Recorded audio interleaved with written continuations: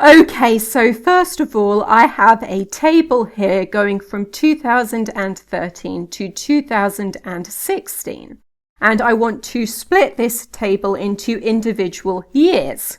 So I'll start by selecting somewhere inside the table and then going to Insert and inserting a pivot table. And then I'll click OK. Then I'll take the date time column and drag it into the rows field. It will automatically group this, so I'll undo this using the keyboard shortcut Ctrl-Z. And that will bring me back my original dates and times. Then I'll take the values column and drag it into the values field.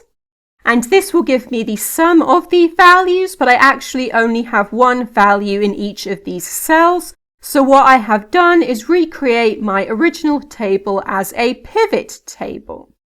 Then I'll go to the Design tab and I'll click on Grand Totals and I'll select Off for rows and columns.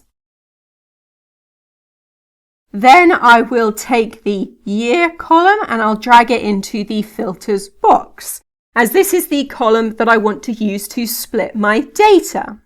Then I'll go to the PivotTable Analyze tab and I'll go to Options and I will select Show Report Filter Pages. And the only filter that I have is for the Year column, so I'll click OK. And now if you have a look at the bottom here, you'll see that we have 4 new sheets, one for each of the individual years. Now I want to do some formatting to all of these sheets, so I'll select the first one and then hold down Shift and then select the last year. And now I have all 4 sheets selected, and any changes I make to one of these sheets will also be applied to all of the other sheets as well. So I'll start by selecting the first 2 columns and I'll right click and copy. And then right-click and paste as values. This gets rid of my date-time formatting, so now I'll select just the first column and go to the number formatting, and then I'll click on Date and then Custom, and then scroll down until I get to the date-time formatting and OK. Then I will select the first 2 rows and delete them. And then change the heading in this column to be value. Now, in order to deselect these sheets, I just need to click on one of the other sheets in the workbook. And if we go back, you'll see I now have a sheet for 2013 and one for 2014 and one for 2015 and one for 2016.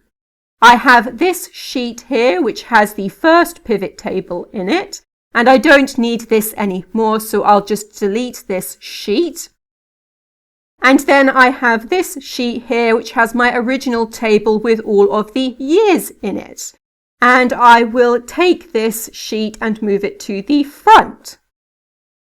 Okay, so in this video I have shown you how to split a table based on the values in a column. And that is everything.